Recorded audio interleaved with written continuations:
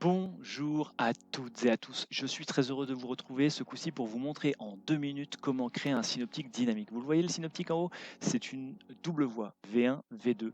Donc on est sur du ferroviaire, ça peut s'appliquer aussi aux routiers et à toute autre forme de travaux linéaires ou pas d'ailleurs. Vous allez le comprendre assez rapidement. L'idée, je vais planifier des activités et naturellement les impacts vont se matérialiser sur les voies concernées. Alors pour cela, je vais intégrer ici, sur mon synoptique géographique, des histogrammes. Alors le premier, je l'avais déjà fait, donc je vais juste m'occuper de l'histogramme V1. Ici, je vais choisir un plan de charge, comme ceci. Ce plan de charge s'ajoute, je vais ajuster sa taille, de façon à ce qu'il soit adapté à la hauteur de mon synoptique. Donc voilà, 0,2, non 0,2 c'est peut-être un peu petit, je vais choisir 0,5, comme ceci.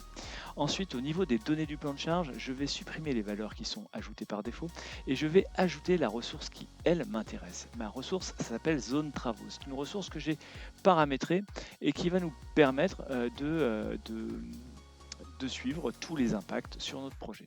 Je vais choisir un jeu de couleurs, donc ça c'est du paramétrage classique, et également je vais stipuler pour ce plan de charge que je ne veux pas avoir de valeur et surtout que je veux un filtre et je veux filtrer uniquement les activités de V1. Ok.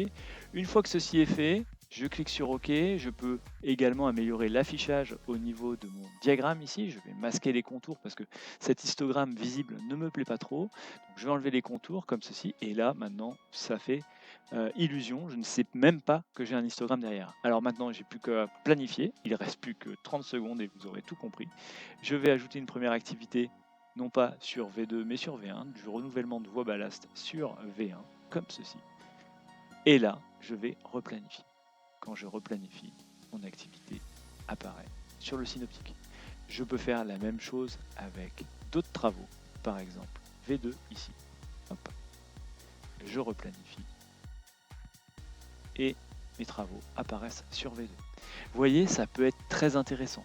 Là, je le mesure avec des impacts, mais on peut imaginer des limitations temporaires de vitesse, on peut imaginer toute autre chose.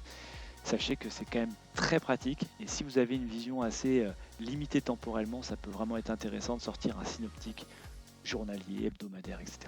Voilà, j'en ai fini, vous pouvez retourner à vos activités. À très bientôt, au revoir.